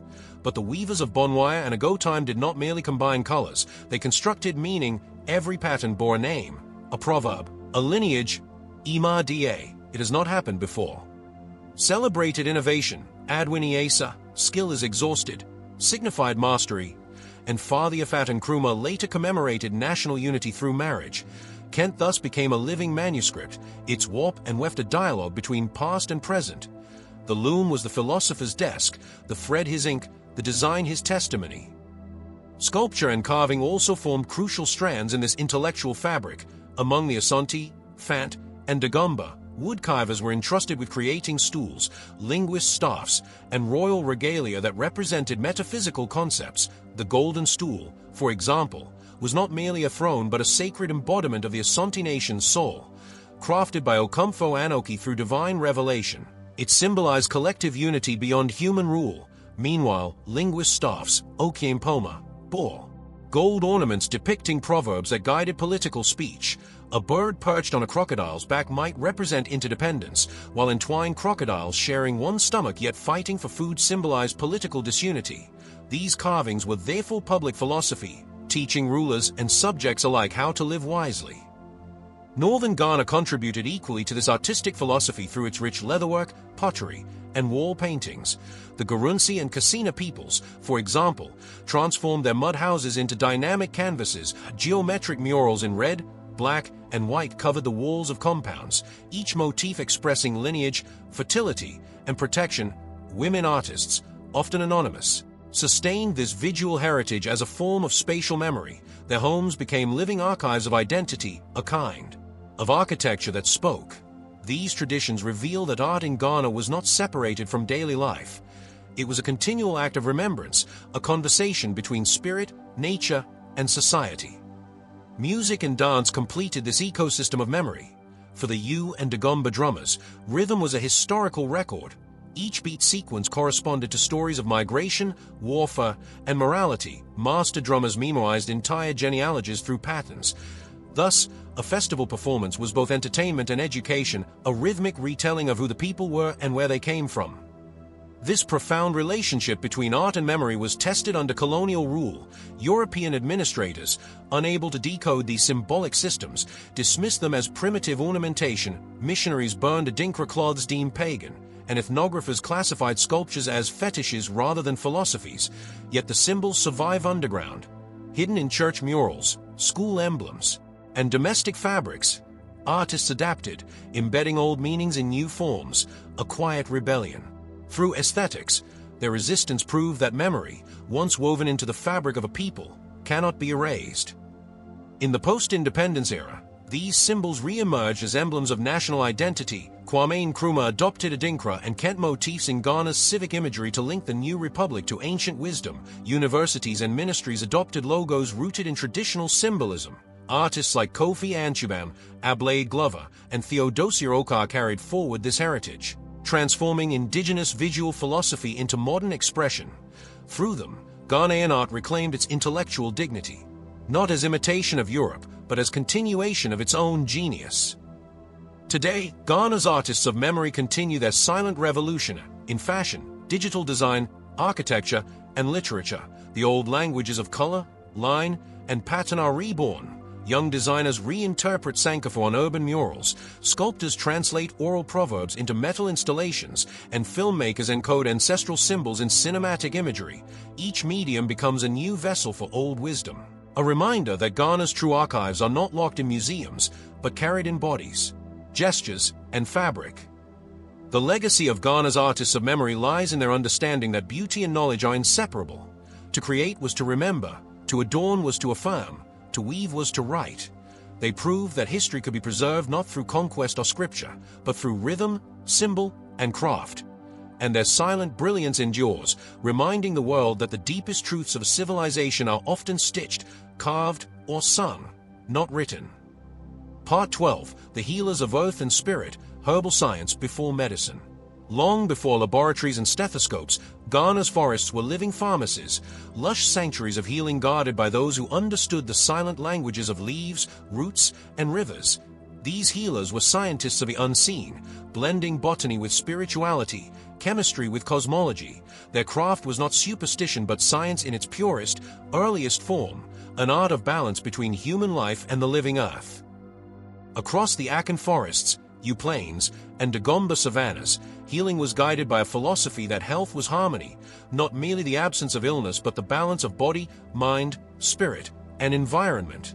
Disease, they believed, arose when this harmony broke, and so the healer's task was not simply to cure the body but to restore equilibrium to the soul.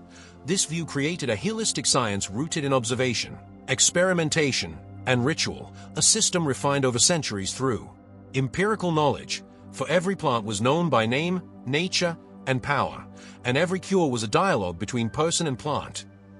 The herbalists, known variously as Odunsini among the Akan, Bokar among the Yu, or Malam in the northern Muslim communities, were more than medical practitioners.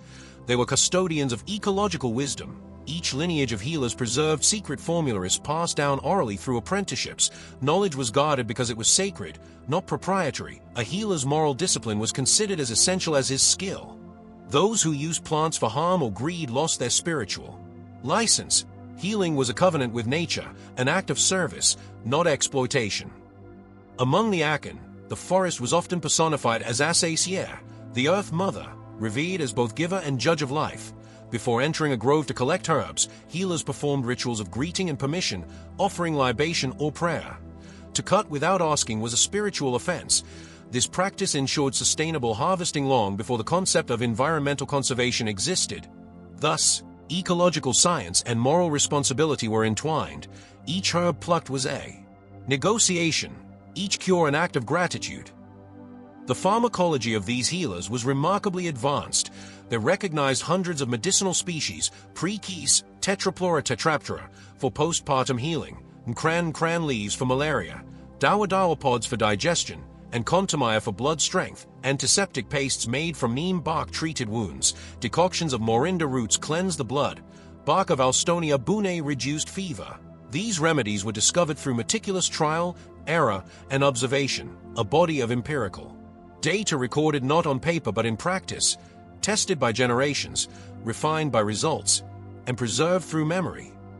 In the north, the Dagomba, Gonja, and Mempruzi communities combined herbal medicine with Islamic healing traditions. Quranic verses were inscribed on paper and washed into water to be drunk as Zamzam, a synthesis of faith and pharmacology. The herbalist's hut often doubled as a place of prayer, diagnosis, and counsel. Mental health, spirit possession, infertility, and chronic pain were addressed as interconnected conditions, and so the healer worked both as therapist and theologian, understanding that human pain had physical, social, and spiritual causes. Women played a central role in this healing economy. Midwives, known as Ababuafo, guided childbirth with remarkable skill, relying on herbal tonics that eased labor and prevented infection. They trained through observation and ritual, and their success rate often exceeded that of early colonial medical missions. Female healers also specialized in pediatrics, fertility, and emotional healing. Their medicines came not only from the forest but from intuition and empathy, for in their philosophy, healing was not domination over illness but reconciliation with nature, a conversation between the wounded and the world. Music, rhythm, and dance were integral components of treatment. Drums were not mere entertainment but instruments of diagnosis. Certain rhythms induced trance, allowing healers to perceive imbalance in a patient's spiritual state. Others calmed anxiety or realigned communal energy. The body was not treated in isolation. Healing was participatory. Villages gathered to sing and support the afflicted, creating a network of care that modern hospitals still strive to emulate. Colonial intrusion disrupted but did not destroy this science. European physicians, unable to decipher its holistic logic, dismissed it as witchcraft. Many herbalists were persecuted, their sacred groves burned, their practices banned. Yet ironically, colonial pharmaceutical industries later extracted and commercialized many of the same plants, quinine, cola, and Shea all entered global medicine through knowledge first preserved by African healers, the contradiction revealed a tragic hypocrisy. A dismissal of African intellect coupled with theft of African discovery. Despite centuries of marginalization, traditional medicine in Ghana endured. Its adaptability proved its genius. In the 20th century, herbalists began collaborating with biochemists to validate their remedies. The Center for Scientific Research into Plant Medicine in Mampongakwapim became a landmark in this revival, uniting ancestral wisdom with laboratory science. Extracts once known only through oral tradition were tested, standardized, and integrated into public health systems. The result was a uniquely Ghanaian medical philosophy, a bridge between ancient ecology and modern empiricism. Spiritual healing too evolved. Independent churches and shrines combined Christian liturgy with traditional herbalism, creating a hybrid faith medicine model deeply rooted in local cosmology. The healer's role remained that of mediator between the visible and invisible worlds, a continuity of the old belief that disease could never be healed by medicine alone, that the soul must also be restored. Today, herbal markets from Kumasi to Tamale remain vibrant centers of indigenous pharmacology, bundles of roots, powders, and bark-filled wooden stalls, each item part of a larger system of knowledge that continues to sustain millions. Universities now study what elders once whispered, and what the world once dismissed is now recognized as foundational. The healer's art, far from being relics of a primitive past, stands as a blueprint for sustainable, ethical healthcare. The genius of Ghana's traditional medicine lies not just in its pharmacological accuracy, but in its philosophy. It recognizes that health is relational, between human and herb, patient and community, spirit and soil. It teaches that healing is dialogue, not dominance, that the body cannot be cured if the earth is sick, and that the first doctor is the forest itself, a teacher of patience, humility, and gratitude. These healers of earth and spirit, long ignored by written history, remain among Ghana's greatest scientists. They built no hospitals, but they built balance. They published no books, yet they preserved volumes of wisdom in memory and practice. Their legacy is alive wherever a mother boils neem leaves, wherever a healer whispers a prayer before cutting bark. They remind us that science need not wear a lab coat to be true, and that the deepest medicine is not found in bottles, but in the bond between humankind and the living earth. Part 13. The Astronomers of the Night, Mapping the Heavens in Gold and Clay. Long before telescopes pointed to the skies, Ghana's night was a living classroom, a vast celestial map read by farmers, priests, and navigators who charted their lives by the rhythm of the stars. The people of the savannas and forests did not separate astronomy from spirituality. To them, the heavens were both calendar and conscience. The stars were ancestors watching, the moon a messenger, the sun a symbol of divine order, and in their patterns they saw prophecy, time, and truth. In the early empires of Ghana and later among the Akan, Yu, and Dagomba peoples, the observation of the heavens formed the foundation of agricultural science, ritual ceremony, and navigation. Cosmic order was mirrored in human governance, a principle expressed in the proverb, "As above, so below." The cosmos was not distant but reflected in the cycles of earth, planting, harvesting, birth, and death all corresponded with the measured rhythm of the skies. The astronomers of the night, often priestly scholars known as Akomfo, Malam, or Tindana, were custodians of this cosmic clock. They studied lunar phases, stellar positions, and solar movement to determine when the earth would receive rain or when the spirits demanded ceremony. They read in the constellations the language of destiny. In the savanna regions, especially among the Dagomba and Gonja, star observation had practical as well as sacred purposes. Farmers waited for the reappearance of the Pleiades, locally known by different names such as Kpatinga or Afe, as the sign that the planting season was near. The delay or brightness of this cluster predicted the nature of the coming rains. Meanwhile, hunters and herders used lunar light cycles to guide migration and nocturnal activity. These were empirical sciences, tested and refined across centuries of survival. Knowledge accumulated not in books but in behavior, when to sow, when to rest, when to offer sacrifice. The sky was the textbook, and the land its laboratory. Among the Akan, cosmology found architectural expression. Shrines and royal compounds were aligned with celestial events. The entrances of some ancestral houses faced east to welcome the first light of dawn, symbolizing rebirth and continuity. Ritual circles were drawn to mirror planetary movement. The sacred geometry of these designs reveals a profound understanding of cosmic balance. The Asante concept of Naim, the supreme being, was depicted as the sun surrounded by concentric circles, representing order radiating from divine center. This symbolic astronomy informed ethics. To live rightly was to move in harmony with cosmic law. The use of clay and gold in astronomical art demonstrates how science and symbolism were intertwined. Goldsmiths crafted discs and ornaments shaped like the sun and stars. Their circular forms mirrored celestial cycles. In royal regalia, these were not decorative. They represented the ruler's alignment with cosmic order. The golden stool itself was said to have descended from the heavens, embodying unity between sky and earth, a myth that encoded political legitimacy in astronomical imagery. In northern Ghana, Islamic scholarship deepened the existing stargazing tradition. The arrival of trans-Saharan traders and clerics brought new tools, astrolabes, sundials, and manuscripts on lunar calculation. These Muslim astronomers integrated indigenous observations into the broader Sahelian intellectual network, managing calendars that regulated fasting, travel, and trade. Centers like Salaga and Yendi became meeting grounds for African and Arabic cosmologists. There, a dialogue emerged between faith and physics, and the night sky became both scripture and science. Among the Yu of the Volta region, the moon was regarded as the divine recorder of human actions. Its waxing and waning symbolized life's cycle of growth, decay, and renewal. Women, especially priestesses, tracked menstrual and agricultural cycles through lunar observation, creating synchronized calendars that bound female fertility to Earth's productivity. This connection between astronomy and gender reflected a wider principle of cosmic unity. The human body, the land, and the heavens were one continuous organism. To understand one, you must honor all. Drumming, too, became a tool of astronomical storytelling. Certain rhythm sequences represented stellar phenomena. For example, slow, rolling drumbeats at the Aquacity Festival marked the passage of suns and seasons. These festivals were often timed with equinoxes or harvest moons, so that dance and sound became instruments of timekeeping, a communal clock in motion.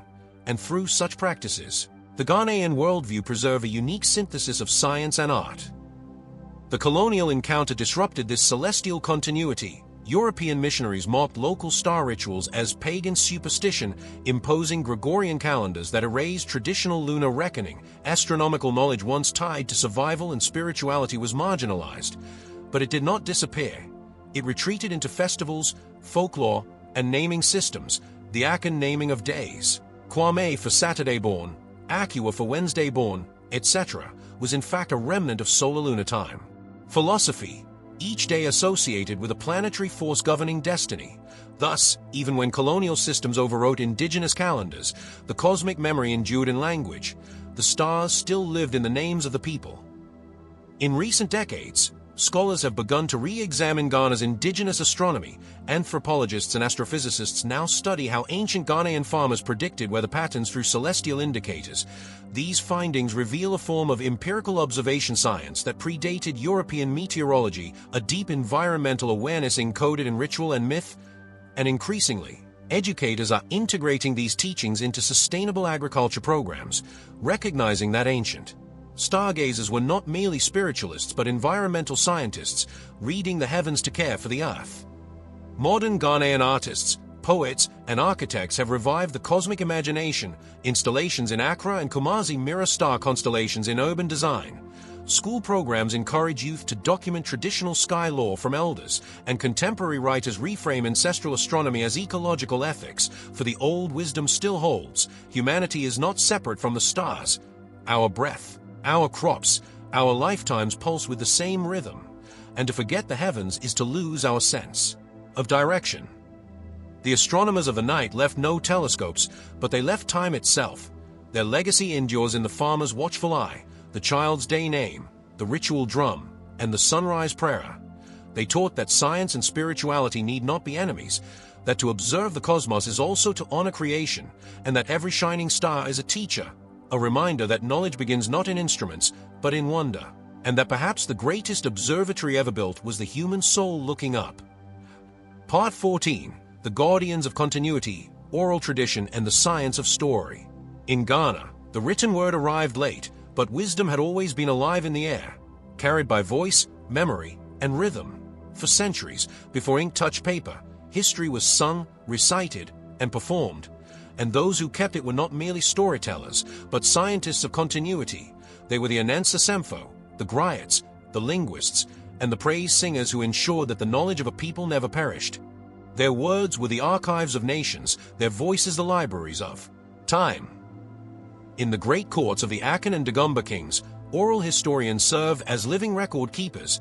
The Okiem among the Akan or the Lunts among the Dagomba were more than narrators. They were trained orators, philosophers, and jurists. Their memory was their tool, their speech and art refined through ritual precision. They could recite the genealogy of an entire kingdom, trace the lineage of every stool, recount every war, treaty, and coronation. And they did so not from script, but from memory tested by centuries of oral discipline. This memory was not rote recitation. It was dynamic, adaptive, and analytical. Each retelling reshaped history in the light of the present. Oral tradition was not static record but living scholarship. To understand the genius of this oral system is to recognize that it operated by scientific method, even without written instruments. Facts were tested through performance, contradictions were challenged publicly, truth was maintained through collective consensus. When a griot recited an event, elders and witnesses would correct, refine, or affirm his words. Thus, historical accuracy was socially peer-reviewed, a communal form of intellectual integrity, and unlike written chronicles, oral records were never locked in silence. They breathed, evolved, and responded, preserving both memory and meaning. In the South, among the Akan and Fant, oral storytelling flourished through the tradition of Anansism, the stories of Kweku and Ants, the clever spider, whose cunning, humor, and wisdom taught moral philosophy through metaphor. These tales were far from children's amusements. They were ethical laboratories where society debated justice, greed, humility, and survival.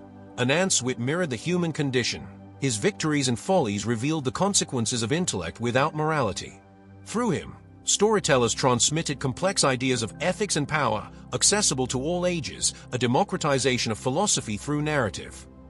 In the North, griots, tigana, and praise singers preserved dynastic memory through song and drum. Their instruments carried encoded messages. The rhythm of the lunga drum could recite names, titles, and battles. Each drum phrased a syllable in a sonic language known to the initiated, so that even when words failed, history could still be heard. This drum literacy was one of West Africa's earliest communication technologies. Oral archives that could travel across distances where letters could not, and the keepers of these sounds were guardians of social order, for they remembered oaths and exposed betrayals. Their words could crown a king or condemn a liar. The power of oral tradition extended into law and diplomacy. In the absence of written contracts, verbal agreements were sealed before witnesses and reinforced through proverbs. To break one's word was to disrupt cosmic balance. Proverbs, those condensed jewels of logic, became the foundation of Ghanaian rhetoric. They allowed complex arguments to be made with elegance and authority. A single proverb could settle a dispute more effectively than a page of legal text. When a fool is told a proverb, its meaning must be explained to him, the elders said. For proverbs were both reasoning and revelation. They trained the mind to think metaphorically, and this metaphorical intelligence shaped Ghana's political and moral philosophy. Colonial powers, unable to read or translate this oral sophistication, dismissed it as primitive myth. European ethnographers recorded stories as folklore, stripping them of their legal, philosophical, and historical function. Yet these traditions endured underground, kept alive by market women, drummers, and court linguists. Even colonial governors came to rely on linguists to navigate indigenous law and negotiation, for they soon realized that in Ghana, the one who mastered speech mastered power. Women, too, played vital roles as guardians of continuity. In many Akan and Ga communities, elder women known as Abrua or Nananomemme held vast repositories of genealogical and medicinal knowledge. They were memory keepers of lineage and birth.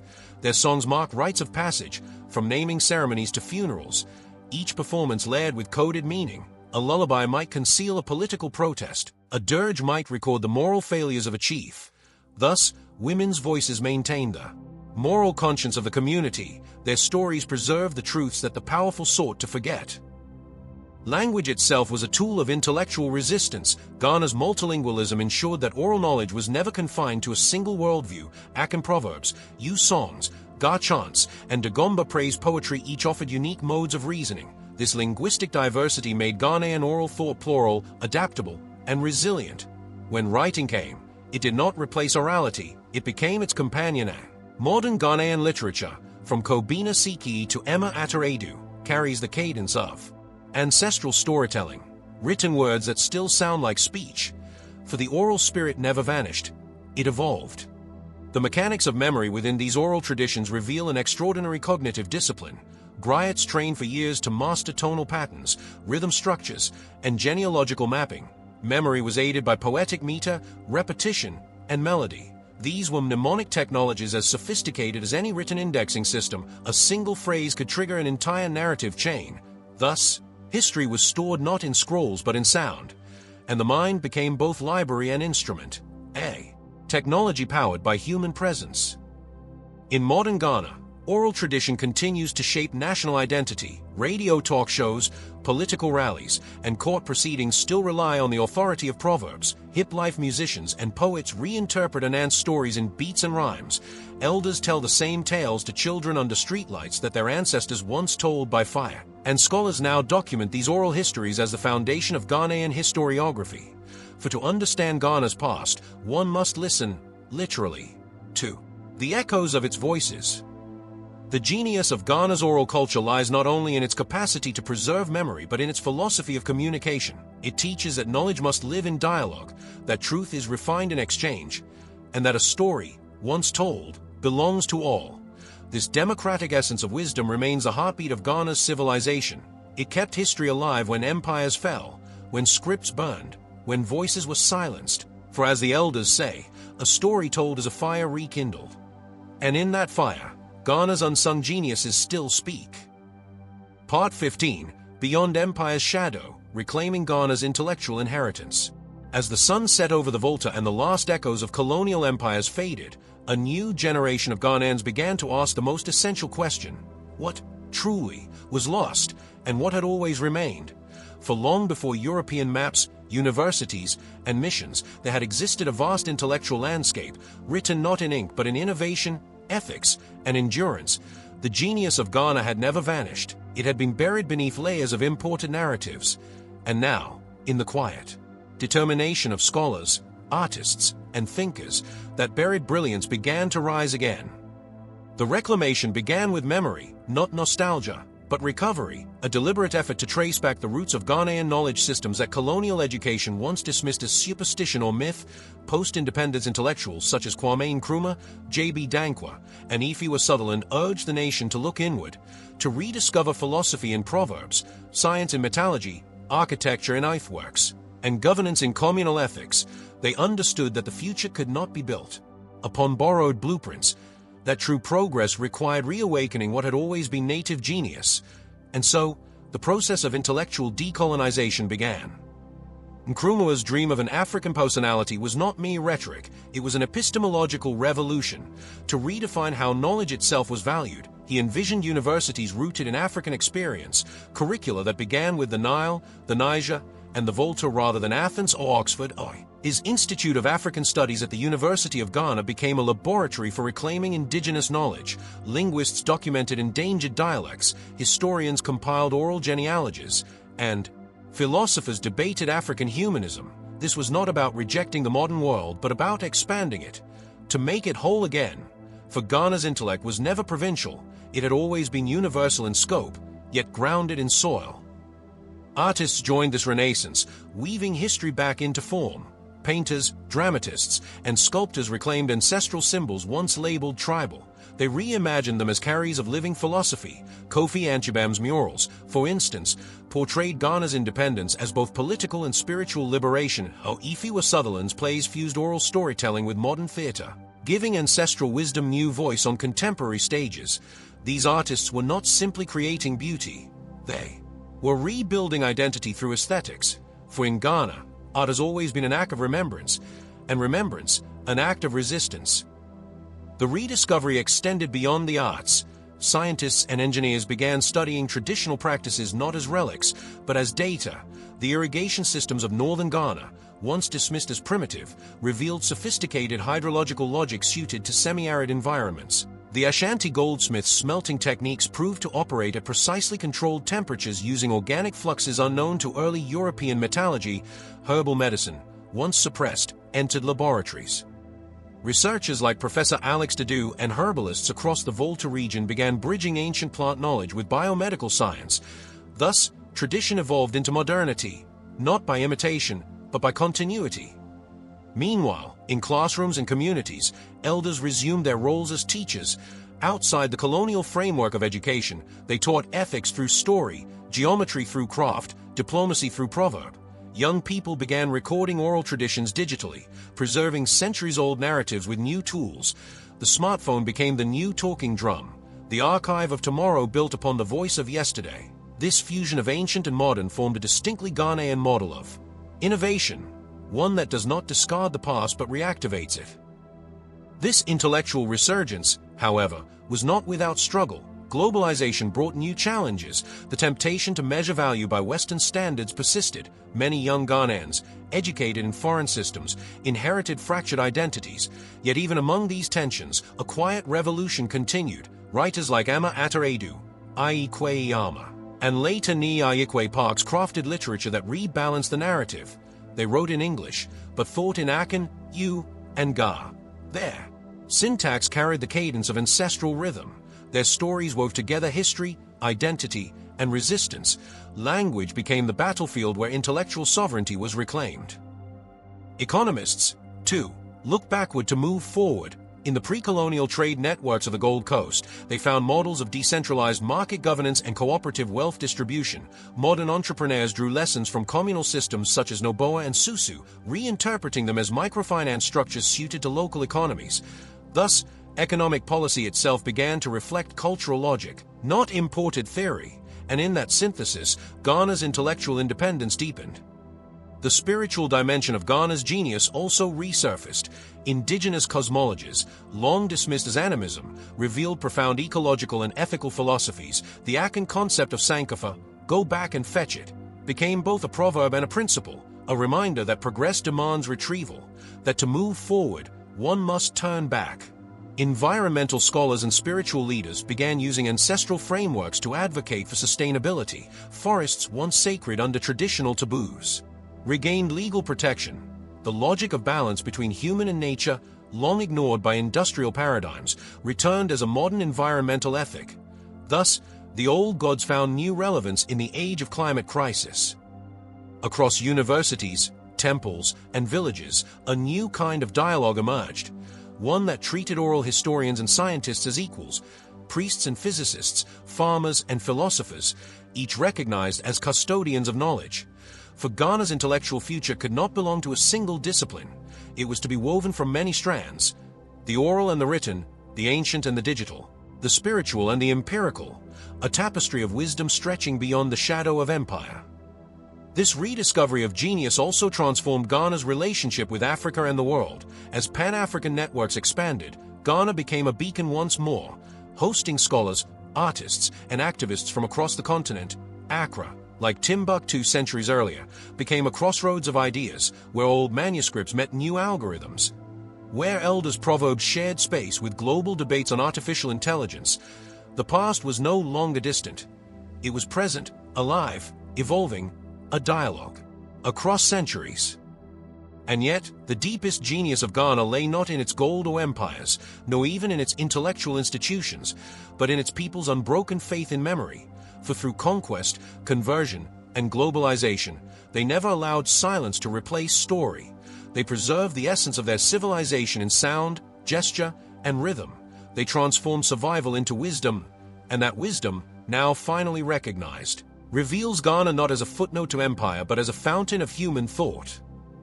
Today, as historians rewrite the global canon, Ghana stands not as a subject of others' discovery but as an author of its own.